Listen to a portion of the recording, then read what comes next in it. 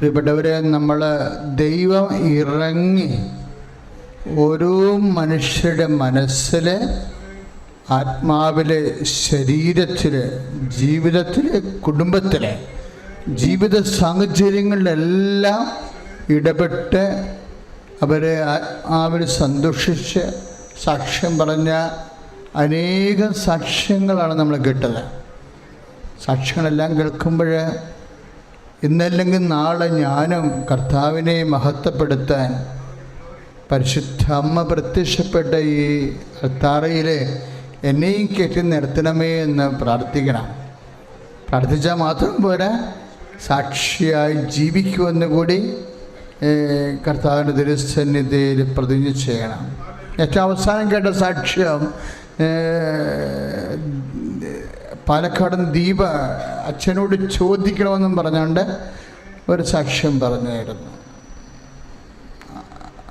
അങ്ങനെ അച്ഛൻ പറയാം എന്ന് കരുതുന്നു എന്ന് പറഞ്ഞാണ് സാക്ഷ്യം പറഞ്ഞത്. ഞാനത് അകത്തിരുന്ന് കേട്ടായിരുന്നു. ഞാനവരെ കണ്ടിട്ടില്ല, പക്ഷെ അവർ ചെയ്തത് നേരത്തെ ഉള്ളൊരനുഭവമാണെന്ന് തോന്നുന്നത്. കുരിശുരൂപത്തെ സ്പർശിച്ചപ്പോൾ അങ്ങോട്ട് പിടിച്ചു വലിക്കണ പോലെ തോന്നി, ഭിത്തി തുറന്ന് അപ്പുറത്തേക്ക് പോണ പോലെ തോന്നി. അതെന്താണെന്ന് എനിക്ക് മനസ്സിലായില്ല എന്നാണ് അവർ പറഞ്ഞത്. നേരത്തെ ഈ കുരിശുരൂപത്തെ തൊടുമ്പോഴും പരിശുദ്ധ അമ്മയെ തൊടുമ്പോഴും ഈ ഇതുപോലെ വൈബ്രേഷൻ ഉണ്ടാകുന്ന അനുഭവങ്ങൾ ആൾക്കാർക്ക് ഉണ്ടായിട്ടുണ്ട്. നേരത്തെ അതുപോലെ തന്നെ കറണ്ട് അടിക്കുന്ന തീ ചീറ്റണ പോലുള്ള അനുഭവങ്ങൾ ഉണ്ടായിട്ടുണ്ട്. ആ സമയത്ത് സൗഖ്യവും നടന്നിട്ടുണ്ട്. ചില സമയത്ത് നമ്മൾ വേറെ ഒരു സാക്ഷ്യം നമ്മളിന്ന് കേട്ടത്, കൃപാസനം പത്രം വായിച്ചുകൊണ്ടിരുന്നപ്പോൾ പെട്ടെന്നൊന്ന് ഒരു മിന്നൽ കണ്ടു. ആ സമയത്ത് 18 വർഷം പഴക്കമുള്ള എൻ്റെ നടുരോഗം സുഖപ്പെട്ടു എന്നുള്ള സാക്ഷ്യം നമ്മൾ കേട്ടു.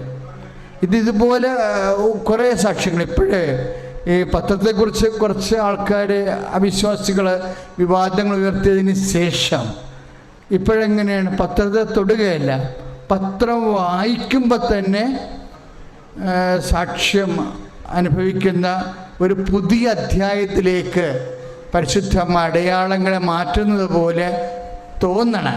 കാര്യം ഒരു അനുഭവമാണെങ്കിൽ കുഴപ്പമില്ല.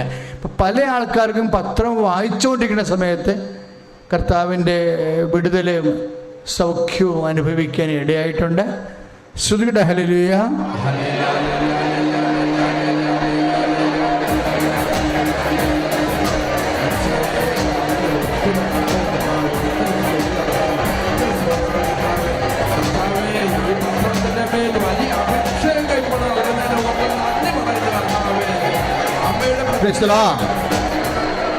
അതെന്തുകൊണ്ട് അങ്ങനെ സംഭവിക്കണം എന്ന് ചോദിക്കുമ്പോൾ നിങ്ങളെ പത്രം പരിശോധിച്ചാൽ മനസ്സിലാകും. പ്രത്യേകിച്ച് സാക്ഷ്യം പറഞ്ഞ എന്താണ്, 91 സാക്ഷ്യങ്ങൾ ഞാൻ വായിച്ചപ്പോൾ അമ്മയുടെ അടുത്തേക്ക് വരണമെന്ന് എനിക്ക് ശക്തമായ പ്രേരണ കിട്ടിയെന്നൊരു സാക്ഷ്യം പറഞ്ഞായിരുന്നു. അതിനുശേഷം പിന്നെ സാക്ഷ്യാനുഭവങ്ങളുടെ വലിയൊരു ഘോഷയാത്രയാണ് അവരുടെ ജീവിതത്തിൽ സംഭവിക്കുന്നത്. ഇപ്പോഴും നമ്മൾ ശ്രദ്ധിക്കേണ്ട ഒരു വിഷയം, ഈ പത്രം മുഴുവനും കർത്താവിൻ്റെ പ്രവർത്തികളാണ്. പിന്നെയുള്ള മറ്റതെല്ലാം എഡിറ്റോറിയൽ എന്ന് പറഞ്ഞാൽ എന്താണ്, കർത്താവിൻ്റെ വചനമാണ്. അതാണ് പത്രത്തിൻ്റെ പ്രത്യേകത. കൃപാസനം പത്രത്തിൻ്റെ പ്രത്യേകത എന്താ, മുഴുവനും കർത്താവിൻ്റെ പ്രവർത്തികളാണ്, വീര്യപ്രവർത്തികൾ. പിന്നെ ഉള്ളത് എന്താണ്, കർത്താവിൻ്റെ വചനം. ദാറ്റ് മീൻസ് എന്താ അർത്ഥം, വാക്കും പ്രവൃത്തിയുമാണ്. ദൈവത്തിൻ്റെ വാക്കും ദൈവത്തിൻ്റെ പ്രവൃത്തികളുമാണ് നമ്മുടെ പത്രത്തിൽ വരുന്നത്. അതുകൊണ്ട് ഞങ്ങൾക്ക് ഭയങ്കര പല സ്ഥലത്തു നിന്ന് ഞങ്ങൾക്ക് സമ്മർദ്ദമാണ്. പത്രത്തിൻ്റെ ഡിസൈൻ മാറ്റണം, പത്രത്തിൻ്റെ എല്ലാവരെ കൊണ്ടും പത്രത്തിൽ ലേഖനം എഴുതിക്കണം, എല്ലാം തലകുലുക്കി കേട്ടുകൊണ്ട് ഞാൻ പോരും. പക്ഷേ സമ്മതിക്കത്തില്ല. എന്താ കാര്യം, പത്രത്തിൽ വരേണ്ടത് മറ്റു പത്രങ്ങളിലേക്കാൾ ഇതിൻ്റെ വ്യത്യാസം എന്ന് പറയുന്നത്, ഇതിൽ കർത്താവിൻ്റെ പ്രവൃത്തികൾ മാത്രമേ പാടുള്ളെന്ന് എപ്പോഴും എൻ്റെ മനസ്സ് എന്നോട് ശാസിക്കും. ഇതിൽ കർത്താവിൻ്റെ വചനം മാത്രമേ പാടുള്ളൂ. സങ്കല്പങ്ങളോ ചിന്തകളോ മറ്റുള്ളവരുടെ ആലോചന ഒന്നും കൃപാസനം പത്രത്തിൽ പാടില്ല എന്നുള്ളത് എപ്പോഴും ആന്തരികമായൊരു ശാസന അനുഭവിക്കുന്ന ഞാനാണ്. പിന്നെ ചിലപ്പോൾ അനുസരണയുടെ ഭാഗമായിട്ട് കുറേയൊക്കെ അനുസരിച്ച് പോകും. പക്ഷേ എങ്കിലും നമ്മൾ എപ്പോഴും ശ്രദ്ധിക്കണം, കൃപാസനം എന്തിനുള്ളതാണ്? കർത്താവിനെ അറിയാത്തവരെ അറിയിക്കാനും അറിഞ്ഞവരെ ഏർപ്പെടുത്താനും ഉള്ളതാണ്. പ്രേക്ഷിത പ്രവർത്തനത്തിന് വേണ്ടിയുള്ളതാണ്. അപ്പം പ്രേക്ഷിത പ്രവർത്തനം ചെയ്യുമ്പോൾ രാത്രി ഇരുന്ന് പ്രാർത്ഥിക്കണം. ബ്രദർ ജോയിച്ചൻ പറഞ്ഞ കറക്റ്റാണ്. ആദ്യം ഞങ്ങൾക്കാരങ്ങ് ചെയ്തത് പണവും കൊടുത്ത് പത്രവും കൊടുത്ത് പ്രേക്ഷിത പ്രവർത്തനം ചെയ്യും. എന്തിനാണ്?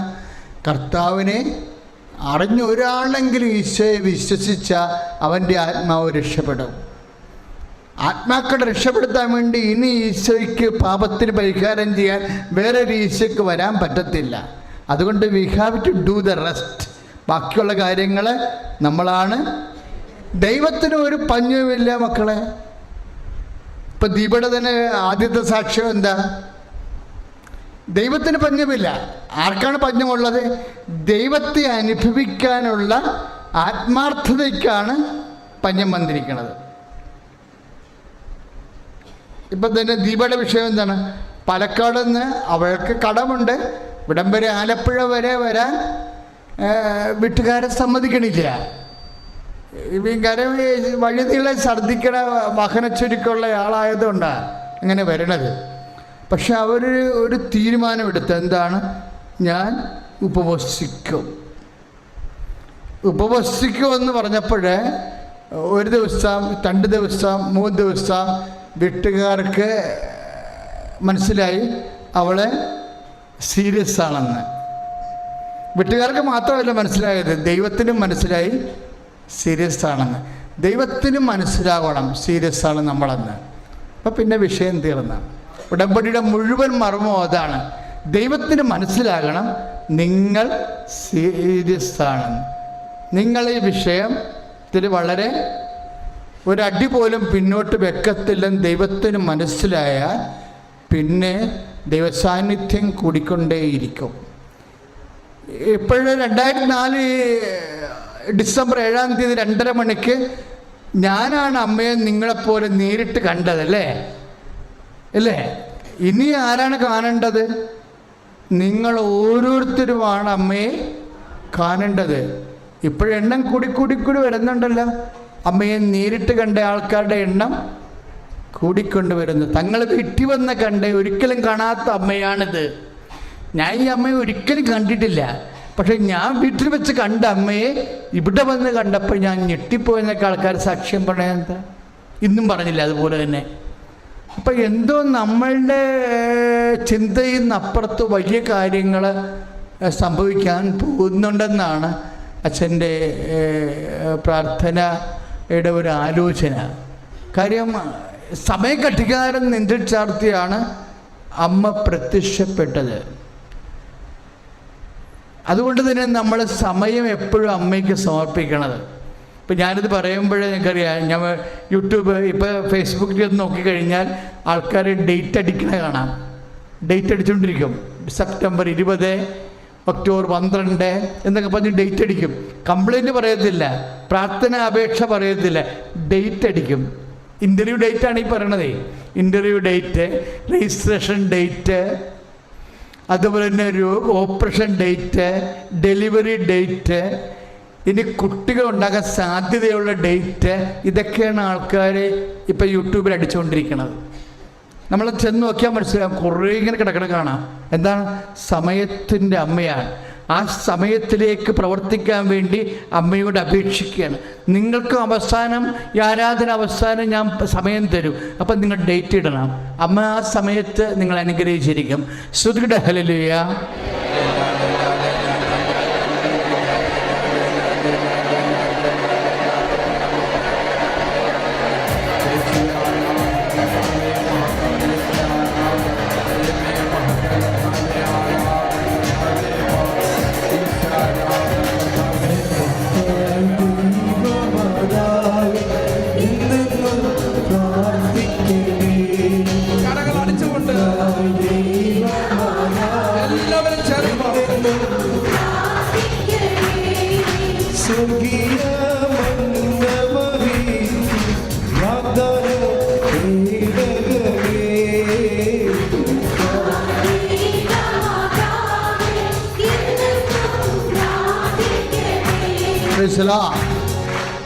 ഈ ദിവ്യകുർബാന ഇതുപോലെ തന്നെയാണ്.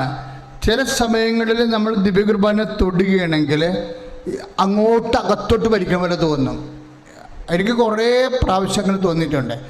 നിങ്ങളുടെ പ്രാർത്ഥന കണ്ണീരോടുള്ള കമ്മ്യൂണിറ്റി വളരെ കറക്റ്റായ രീതിയിൽ വിശ്വസിക്കുന്ന പൊതുസമൂഹമാണെങ്കിലും ആരാധന ഉയർത്തുമ്പോൾ ആരാധന പെട്ടക്കും, ആരാധന ഉള്ളിലേക്ക് വലിക്കും.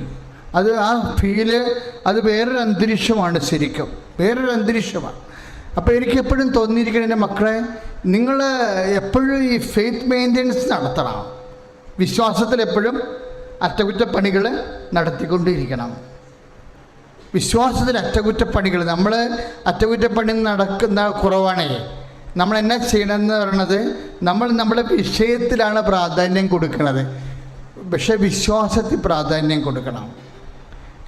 എൻ്റെ വിശ്വാസം വർദ്ധിക്കാനും അതിൻ്റെ ചളക്കലൊക്കെ മാറ്റാനും അതൊന്ന് രണ്ടാമത് ഡ്രൈ ക്ലീൻ ചെയ്യിക്കാനും അതുപോലെ വിശ്വാസം ഒന്ന് റീപ്ലേറ്റ് ചെയ്യിക്കാനും ഇങ്ങനെ വിശ്വാസം തിളക്കിയെടുക്കാൻ വേണ്ടി പ്രത്യേകം ഒന്ന് പ്രാർത്ഥിച്ച കർത്താവായ ഈശോയെ, എൻ്റെ വിശ്വാസത്തെ പുതുതാക്കണമേ, എൻ്റെ വിശ്വാസത്തെ പരിപോഷിപ്പിക്കണമേ, എൻ്റെ വിശ്വാസത്തെ പുതുതാക്കണമേ, എൻ്റെ വിശ്വാസത്തെ പരിപോഷിപ്പിക്കണമേ. സ്തുതിക്കട്ടെ, ഹല്ലേലൂയ.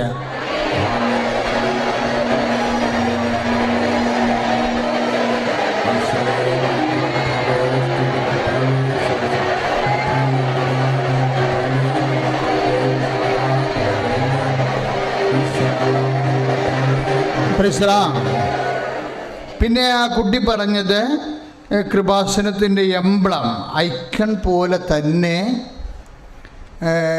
ചിറകുകൾ കണ്ടുവെന്ന് പറഞ്ഞു, അല്ലേ? അഗ്നിയും ചിറകുകളും, ചിറകുകളുടെ സാക്ഷ്യം പിന്നെ എന്തൊരു മൂന്നാമത്തെ സാക്ഷ്യമാണ് ചിറകുകൾ.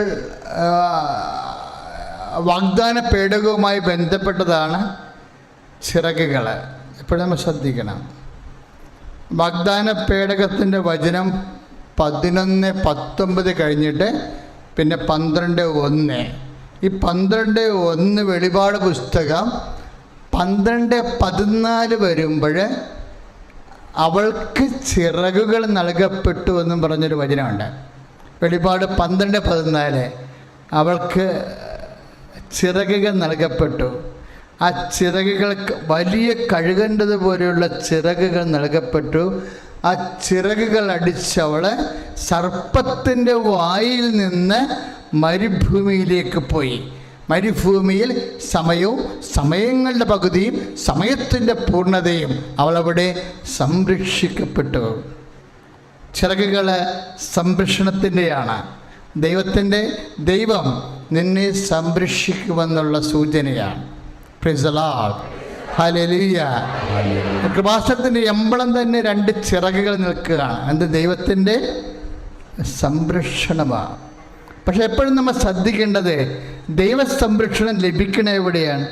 മരുഭൂമിയിലാണ്. അപ്പം നിങ്ങൾക്ക് രോഗവും കടങ്ങളൊക്കെ ഉണ്ടാകുമ്പോൾ നിങ്ങൾ ഓർക്കരുത് ഞങ്ങൾ സംരക്ഷണത്തിൻ്റെ പുറത്താണെന്ന്. സംരക്ഷണം അകത്താണ്. അച്ഛൻ പറഞ്ഞ മനസ്സിലായില്ലേ? ബൈബിളിലെ മരിയ സംരക്ഷണത്തിൻ്റെ ഒരു രീതി എന്ന് പറയുന്നത് എന്താണ്? മരുഭൂമിയിലാണ് സംരക്ഷിക്കപ്പെടുന്നത്. ആ മരുഭൂമി, ഇപ്പം മരുഭൂമി പല രീതി വരാം. മരുഭൂമിയെക്കുറിച്ച് നിയമാവർത്തനം 32:10 എന്താ പറയണമെന്നറിയോ? മരുഭൂമിയിൽ പറഞ്ഞേ ശൂന്യത ഊരിയിടുന്ന മണലാരണ്യങ്ങളിൽ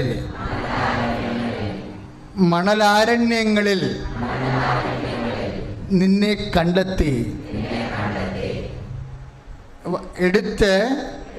എന്നെ എടുത്ത്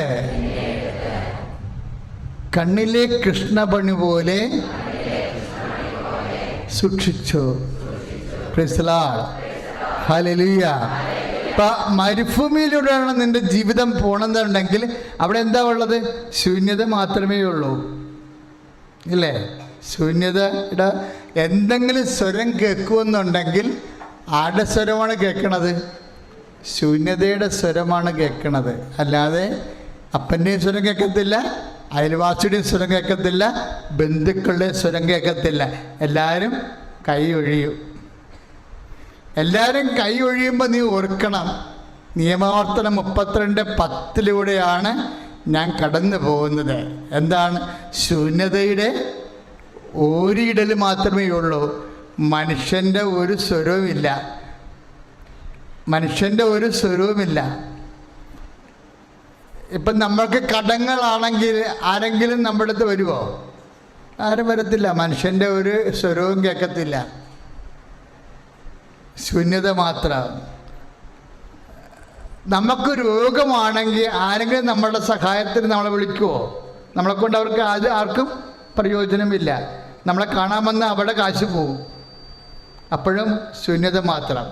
എന്തെങ്കിലും ശബ്ദം കേൾക്കുന്നുണ്ടെങ്കിൽ അത് ശൂന്യതയുടെ ശബ്ദമാണ്. പക്ഷെ നീ ഓർക്കണം, ആ ശൂന്യതയുടെ ഒടുവിൽ നിന്നെ കോരിയെടുക്കാൻ ഈ മരുഭൂമിയിൽ നിന്റെ സംരക്ഷണത്തിന് നിന്റെ ദൈവമുണ്ടെന്ന് കൈയിട്ടിച്ച് കർത്താവ് ഹല്ലേലൂയ.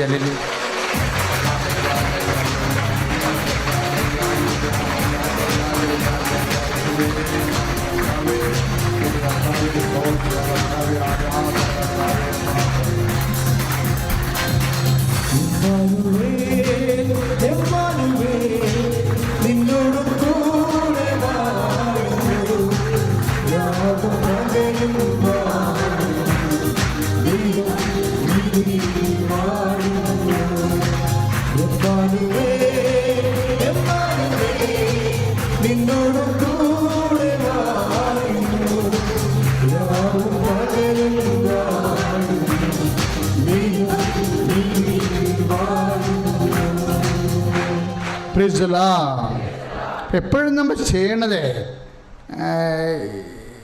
ഈ വിശ്വാസവും വിശ്വസ്തതയും തമ്മിൽ കുറേ വ്യത്യാസമുണ്ട്. ഉടമ്പടിയാണ് നമ്മൾ ചെയ്യണത്, അല്ലേ? ഉടമ്പടി വിശ്വാസത്തിൻ്റെ പ്രാർത്ഥനയല്ല. എന്തിൻ്റെ പ്രാർത്ഥനയാണ്? വിശ്വസ്തതയുടെ പ്രാർത്ഥനയാണ്. അപ്പോഴെൻ്റെ മക്കൾ അറിയേണ്ടത് എന്താണ് വിശ്വാസം, എന്താണ് വിശ്വസ്തത, വിശ്വാസവും വിശ്വസ്തതയും തമ്മിലുള്ള പ്രത്യേകത എന്താണെന്നറിയണം. വിശ്വാസം എന്ന് പറയുമ്പോൾ ഒരു എന്തേ ഉള്ളൂ, നമ്മൾ ദൈവത്തിൽ വിശ്വസിക്കുന്നു, അത്രേ ഉള്ളൂ.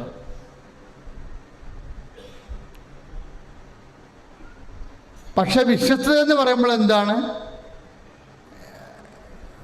ദൈവം നമ്മളിലും വിശ്വസിക്കുന്നു, അതാണ് സംഭവം, അതാണ് വിശ്വസ്തയും.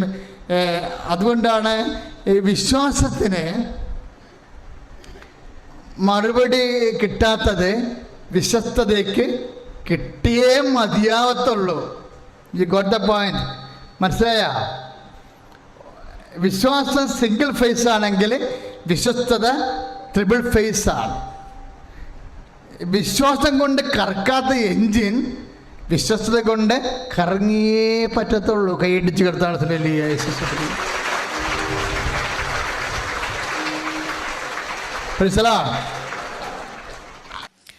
പ്രൈസലോ. എൻ്റെ പേര് ആഷ ജോസ്. ഇതെൻ്റെ ഫാമിലിയാണ്. ഞങ്ങൾ കോട്ടയം ജില്ല കാഞ്ഞിരപ്പള്ളി രൂപത ചെറുപള്ളി സെയിൻറ്റ് മേരീസ് ഇടവകാംഗങ്ങളാണ്. ഹസ്ബൻഡ് പേര് ജോസ്. ഇത് മൂത്തയാൾ മാത്യു, റോസലിൻ, പോൾ, ആൻ്റണി. നാലാമത്തെ ആളാണ് ആൻ്റണി. 2023 ജാനുവരി 26 ഒരു റിപ്പബ്ലിക് ഡേയുടെ അന്നാണ് ആദ്യമായിട്ട് ഇവിടെ ഉടമ്പടി എടുക്കുന്നത്.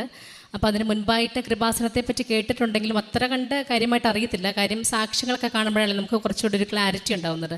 അപ്പോൾ സാക്ഷ്യങ്ങൾ കണ്ടിട്ടില്ലാത്തത് കൊണ്ട് തന്നെ കൃപാസനം എന്താണെന്ന് ഈ പ്രാർത്ഥന നേരത്തെ കിട്ടിയിട്ടുണ്ട്, പണ്ടെങ്ങോ പ്രാർത്ഥിച്ചിട്ടുണ്ട്, അതുവഴി എന്തൊക്കെയോ നിയമങ്ങൾ സാധിച്ചു കിട്ടിയിട്ടുണ്ട്. പക്ഷെ അതൊന്നും കൃത്യമായിട്ട് ഓർമ്മയുമില്ല. പിന്നെ ഒരു 2022 സമയത്ത് മൈഗ്രേഷൻ്റെ ഭാഗമായിട്ട് IELTS സ്കോർ കിട്ടുന്ന സമയത്തിന് എൻ്റെ ചേച്ചി പറഞ്ഞു, നീ മാതാവിനോട് ഇങ്ങനെ പ്രാർത്ഥിക്കുക. എനിക്ക് ആ സമയത്ത് ഒരു മോഡ്യൂൾ ഭയങ്കര ബുദ്ധിമുട്ടായിരുന്നു. അപ്പം എൻ്റെ ചേച്ചി എന്നോട് പറഞ്ഞു, പക്ഷെ നിങ്ങൾ പ്രാർത്ഥിക്കുക, അതായത് നിനക്ക് ആവശ്യമുള്ള സ്കോറ് തരുവാണെന്നുണ്ടെങ്കിൽ എത്രയും പെട്ടെന്ന് ഞാൻ കൃപാസനത്തിൽ വന്ന് ഉടമ്പടി എടുത്തോളാം എന്ന് പറയണമെന്ന് പറഞ്ഞു. പക്ഷേ അന്നേരം കൃപാസനം എന്താണെന്നൊന്നും അറിയത്തില്ല. പക്ഷേ പിന്നീട് അതിനെപ്പറ്റി ചേച്ചി പറഞ്ഞു തരികയും പിന്നെ 2023 ജാനുവരി ഇവിടെ വരികയാണ്. പക്ഷേ ഞങ്ങളുടെ ഒരു മെയിൻ ഒരു നിയോഗം എന്ന് പറഞ്ഞു കഴിഞ്ഞാൽ ആത്മീയ ജീവിതത്തിൽ കുറച്ചുകൂടെ ഒന്ന് സ്ട്രോങ് ആവണം എന്നായിരുന്നു. പണ്ട് ജീസസ് യൂത്ത് എക്സ്പീരിയൻസ് ഒക്കെ ഉണ്ടായിരുന്നപ്പോൾ ഞാൻ ആത്മീയമായിട്ട് ഒത്തിരി വളർന്നിരുന്നു. പക്ഷേ അതൊക്കെ കല്യാണം കഴിഞ്ഞ് കുഞ്ഞുങ്ങളും പ്രാരാബ്ദങ്ങളൊക്കെ ആയപ്പോൾ അതൊക്കെ എപ്പോഴോ കൈവിട്ടു പോയി. അപ്പോൾ അതുകൊണ്ട് കുറച്ചുകൂടെ ആത്മീയതയിൽ ഉയരാൻ വേണ്ടിയിട്ട് കൂടെയാണ് ഞങ്ങൾ ഇവിടെ ഉടമ്പടി എടുക്കാൻ വേണ്ടി വന്നത്. അപ്പം 2023 എൻ്റെ ആദ്യത്തെ നിയോഗം എന്ന് പറഞ്ഞു കഴിഞ്ഞാൽ എൻ്റെ ഭർത്താവിന് ചെറിയ രീതിയിൽ മദ്യപാനം ഉണ്ടായിരുന്നു. അങ്ങനെ ഒരു മദ്യപാനം, ഒരു ഒക്കേഷണൽ ഡ്രിങ്കർ ആയിരുന്നു. എന്നാലും ഫംഗ്ഷൻസൊക്കെ വരും, പ്രത്യേകിച്ച് ക്രിസ്മസ്, ഈസ്റ്റർ അങ്ങനത്തെ പുണ്യ ദിവസങ്ങളിലൊക്കെ കുടിക്കാൻ പോകുമ്പോൾ എനിക്ക് ഭയങ്കര വിഷമമുണ്ടായിരുന്നു. അപ്പം ഞാൻ അതിനു വേണ്ടിയിട്ട് പ്രാർത്ഥിക്കുന്നുണ്ടായിരുന്നു. അങ്ങനെ ഞാനത് നിയോഗത്തിൽ വെച്ചു. പക്ഷേ അത്ഭുതകരമായിട്ട് ആ ഒരു 3 മാസം എനിക്ക് 1-2 പ്രാവശ്യം. പക്ഷേ അപ്പോഴൊക്കെ ഭർത്താവ് എപ്പോഴൊക്കെ കുടിച്ചിട്ടുണ്ടോ അപ്പോഴൊക്കെ ഞങ്ങളുടെ ജീവിതത്തിൽ എന്തെങ്കിലും പ്രശ്നം ഉണ്ടായിട്ടുണ്ട്. അതായത് കുട്ടികൾക്ക് പനിയുണ്ടാകും. പിന്നെ മെയിനായിട്ട് നിങ്ങൾക്ക് വിശ്വസിക്കുമെന്ന് അറിയത്തില്ല, പക്ഷേ പാമ്പിനെ കാണുമായിരുന്നു ഞാൻ വീടിൻ്റെ ഏതെങ്കിലും ഭാഗത്ത്. അപ്പോഴൊക്കെ ഞാൻ കൃപാസനം ഉപ്പിട്ട് ഞാൻ പ്രാർത്ഥിക്കുമായിരുന്നു. അപ്പോൾ ആ നിയോഗം വെച്ചത് കൊണ്ടാവാം പിന്നീട് ഹസ്ബൻഡ് ഉടമ്പടി എടുക്കുകയും പൂർണ്ണമായും അതിനകത്തുനിന്നും മുക്തി നേടുകയും ചെയ്തു. അത് ഒന്നാമത്തെ സാക്ഷ്യമാണ്. രണ്ടാമത് പറയുകയാണെങ്കിൽ ഞാൻ 2023 എനിക്ക് 3 കുട്ടികളുണ്ട്. അപ്പോൾ ആ സമയത്ത് ഞങ്ങൾക്ക് കൂടുതൽ കുഞ്ഞുങ്ങൾ വേണമെന്ന വിവാഹത്തിന് മുൻപേ ഞങ്ങളുടെ ആഗ്രഹമായിരുന്നു, പ്രത്യേകിച്ച് പ്രോ ലൈഫുമായിട്ട് ബന്ധപ്പെട്ടൊക്കെ വർക്ക് ചെയ്തതുകൊണ്ട്. പക്ഷേ 3 സിസേറിയൻ ആയതുകൊണ്ട് ഡോക്ടേഴ്സ് എല്ലാം കോംപ്ലിക്കേറ്റഡ് ആണ്, ഒരു നെക്സ്റ്റ് ഒരെണ്ണം കൂടെ ഇനി ട്രൈ ചെയ്യാൻ പാടില്ല എന്നൊക്കെ പറഞ്ഞിരുന്നത്. അപ്പോൾ അങ്ങനെ അത് ഉടമ്പടി നിയോഗമായിട്ട് വെച്ചു. അതായത് എനിക്കൊന്ന് 4th നിയോഗം മറ്റുമായിരുന്നു. അത് ഞാൻ 2023 ജപമാല റാലി പങ്കെടുത്ത് തിരിച്ച് വീട്ടിൽ പോയപ്പം ഭയങ്കര ക്ഷീണമൊക്കെയായി ഹോസ്പിറ്റലിൽ പോവുകയും അങ്ങനെ നടന്ന ടെസ്റ്റിലാണ് വീണ്ടും പ്രഗ്നൻ്റ് ആണെന്ന് അറിയുന്നത്. അപ്പോൾ അത് ഞങ്ങൾക്ക് വലിയൊരു ഞാൻ അന്നത്തെ വയ്ക്കത്ത് പറഞ്ഞ് ഞാൻ ഇപ്പോഴും ഓർക്കുന്നുണ്ട്, മറ്റുള്ളവരെ അധികം ബുദ്ധിമുട്ടിക്കാതെ എനിക്കൊരു കുഞ്ഞിനെ തരണേ. കാരണം അറിയാമല്ലോ 3 സിസേറിയൻ, ഇത്രയും ചെറിയ കുഞ്ഞുങ്ങൾ. അപ്പോൾ എൻ്റെ പേരൻസും ഇവിടുത്തെ പേരൻസും എല്ലാവരും ഒത്തിരി ബുദ്ധിമുട്ട്. അപ്പോൾ അവരെ അധികം ബുദ്ധിമുട്ടിക്കാതെ, പക്ഷേ ബുദ്ധിമുട്ടേണ്ടി വന്ന് കുറച്ചൊക്കെ. കാരണം എന്താണെന്ന് വെച്ചാൽ 4ാമത്തെ പ്രഗ്നൻസി നല്ല കോംപ്ലിക്കേഷൻസ് ഉണ്ടായിരുന്നു. ഈ ഒരു 5-6 വർഷത്തിനിടയിൽ ഈ 4 സിസേറിയൻ എന്നൊക്കെ പറയുമ്പോഴത്തേക്ക് നമ്മുടെ ആ ഒരു സ്കാറിൻ്റെ തിക്നെസ് വളരെ കുറയുകയും റപ്ചറാകാനുള്ള സാധ്യത ഡോക്ടേഴ്സ് എപ്പോഴും പറയുമായിരുന്നു. അപ്പോൾ ഓരോ പ്രാവശ്യം പോകുമ്പോഴും ഒത്തിരി കാര്യങ്ങൾ ലിമിറ്റ് ചെയ്തു. കുട്ടിയെ എടുക്കാൻ പാടില്ല, തൂക്കരുത്, നടക്കരുത്, കുനിയരുത്, അങ്ങനെ. പിന്നെ പോകെ അതൊത്തിരി കണ്ടമാനം കൂടി വന്നു. ഡോക്ടർ ഒരു കംപ്ലീറ്റ് ബെഡ് റെസ്റ്റിലേക്കാണ് പറഞ്ഞത്. അപ്പോൾ അങ്ങനെ ഒരു 20 വീക്സ് ഒക്കെ ആയപ്പോഴത്തേക്ക് പറഞ്ഞു നെക്സ്റ്റ് വീക്കിൽ വന്ന് അഡ്മിറ്റ് ചെയ്യണം. അത് കഴിഞ്ഞ് പറഞ്ഞു 25th വീക്കിൽ നമ്മൾ എന്താണെങ്കിലും എടുക്കും. അങ്ങനെ ഞങ്ങൾ ഒരു പേടിച്ചുകൊണ്ടിരുന്നു. അങ്ങനെ 2024 ഞാൻ ഓൺലൈൻ ഉടമ്പടി എടുത്തു. മാതാവിനോട് ഇങ്ങനെ പ്രാർത്ഥിച്ചു, മാതാവേ നമുക്ക് കേട്ടിട്ടുണ്ടല്ലോ 36 ആഴ്ച ഉണ്ടായ ഒരു കംപ്ലീറ്റ് ബേബിയാണ്, ഹെൽത്തി ബേബിയാണ്. അപ്പം 36 ആഴ്ച കംപ്ലീറ്റ് ചെയ്തിട്ട് അതുവരെ മാതാവ് എൻ്റെ കുഞ്ഞിനെ നന്നായിട്ട് കാത്തോണേ എന്ന് പ്രാർത്ഥിച്ചിരുന്നു. അതിന് പ്രകാരം അത്ഭുതകരമായിട്ട് കറക്റ്റ് 36 ആഴ്ച കംപ്ലീറ്റ് ചെയ്യുന്ന ഒരു ട്യൂസ്ഡേ ആണ് എനിക്ക് സിസേറിയനിലൂടെ മോനെ കിട്ടിയത്. മോൻ്റെ പേര് ആൻ്റണി എന്നാണ്. അത് അന്തോണീസ് പുണ്യാളൊരു നേർച്ചയുണ്ടായിരുന്നു പേരിടാവുന്നത്, അതുകൊണ്ട് ആൻ്റണി എന്നാണ് പേരിട്ടത്. അതാണ് ഒരു സെക്കൻഡ് സാക്ഷി. പിന്നെ എൻ്റെ മൂത്ത മോൻ മാത്യു, അവന് LKG ചേർത്തപ്പോൾ തന്നെ വീട്ടിൽ നല്ല രസമാണല്ലോ, ഇവിടെ വീടും ഒരു അംഗൻവാടി പോലെയാണല്ലോ, കുട്ടികളൊക്കെ ഉള്ളതുകൊണ്ട്. അപ്പോൾ ഈ കളിച്ച് നടക്കുന്നതുകൊണ്ട് അവന് സ്കൂളിൽ പോകാൻ അത്ര താല്പര്യമില്ല. സ്കൂളിൽ പോകുമ്പോൾ എപ്പോഴും വിഷമമാണ്, എപ്പോഴും കരച്ചിലാണ്. അപ്പോൾ അതും ഞങ്ങളുടെ ഒരു മുകളിൽ നിങ്ങൾക്കൊക്കെ അതിൽ നിസ്സാരമായിട്ട് തോന്നാം, പക്ഷേ അത് ഭയങ്കര ഇൻ്റർനാഷണൽ പ്രോഗ്രാമായിരുന്നു ഞങ്ങളെ സംബന്ധിച്ച്. അപ്പോൾ അതിനു വേണ്ടി എപ്പോഴും പ്രാർത്ഥിക്കുമായിരുന്നു. അങ്ങനെ അതും നിയോഗത്തിൽ വെച്ചു. ഉടമ്പടി തൈലവും ഉപ്പും നേർച്ച വസ്തുക്കളെല്ലാം കൊടുത്തായിരുന്നു അവനെ വിട്ടിരുന്നത്. പിന്നെ അവൻ്റെ സ്വഭാവത്തിൽ കുറേ മാറ്റങ്ങൾ കണ്ടു. അവൻ സ്കൂളിൽ പോകാൻ ഭയങ്കര താല്പര്യം കാണിക്കുന്നത് പോലെ. അപ്പോൾ അത് ഞങ്ങളെ സംബന്ധിച്ച് ഭയങ്കര സന്തോഷം. അതിന് മാധവന് ഒത്തിരി നന്ദി പറയുന്നു. അത് പിന്നെ ഒത്തിരി രോഗസൗഖ്യങ്ങൾ, അത് ഞാനത് നോട്ട് ചെയ്ത് വെച്ചിട്ടില്ല, അത്രയധികം രോഗസൗഖ്യങ്ങൾ ഞങ്ങൾക്ക് കിട്ടിയിട്ടുണ്ട്. അതുപോലെ അതെ, വളരെ ഇമ്പോർട്ടൻ്റ് ആയിട്ടൊരു കാര്യമായിരുന്നു.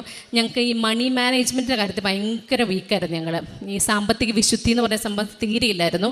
എന്ന് വെച്ചാൽ ഞങ്ങൾ കണ്ടമാനം ലാവിഷാക്കുന്ന ആൾക്കാരല്ല. പക്ഷേ എങ്ങനെയാണെന്ന് അറിയത്തില്ല, ഒരു സാലറി കിട്ടി വിത്തിൻ 10 days സാലറി മുഴുവൻ തീരും. എന്നിട്ട് പിന്നെ കസിൻസിൻ്റെയും ഫ്രണ്ട്സിൻ്റെ കയ്യിൽ നിന്നൊക്കെ കടം വാങ്ങിക്കേണ്ട അവസ്ഥയായിരുന്നു. എല്ലാ മാസവും ഇത് തന്നെയായിരുന്നു. അപ്പോൾ ഇത് ഞാൻ ആദ്യ ഉടമ്പടി എടുത്തപ്പോൾ തന്നെ ഒരു 3ാമത്തെ നിയോഗമായിട്ട് വെച്ചിരുന്നു.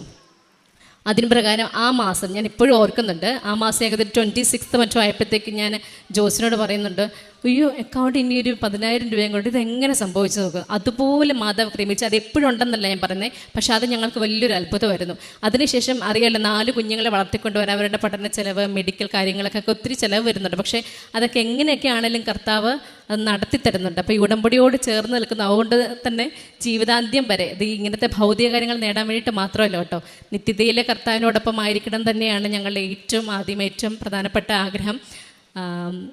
അങ്ങനെ പിന്നെ കുട്ടികളുടെ ഒത്തിരി രോഗസൗഖ്യങ്ങൾ, അതായത് കുട്ടികളുടെ വയറ്റിൽ നിന്ന് പോകാത്ത, ഒരുപക്ഷെ കുഞ്ഞു പിള്ളേരുള്ള മാതാപിതാക്കൾക്ക് അറിയാം, വയറ്റിൽ നിന്ന് പോകുന്ന കാര്യമായിട്ട് ബന്ധപ്പെട്ട് എപ്പോഴും പ്രശ്നങ്ങളുണ്ടായിരുന്നു ഞങ്ങൾക്ക്. പക്ഷേ ഇപ്പോൾ പിള്ളേർ തന്നെ പറയും, വയറ്റിൽ നിന്ന് പോകാനുള്ള സമയമാകുമ്പോഴത്തെ അമ്മയെ കൃപാസനമ്മയുടെ പ്രാർത്ഥിക്കുക, അല്ലെങ്കിൽ കൃപാസനം തൈലം താന്നൊക്കെ വന്ന് പ്രാർത്ഥിക്കും. അങ്ങനെ അത്ഭുതകരമായിട്ട് പല അവസരങ്ങളിലും അസുഖങ്ങളിൽ നിന്നും ഇങ്ങനെ വയറ്റിൽ നിന്ന് പോകാത്ത അവസരങ്ങളിൽ നിന്നൊക്കെ ഞങ്ങൾക്ക് ഇത് തുണയായിട്ടുണ്ട്.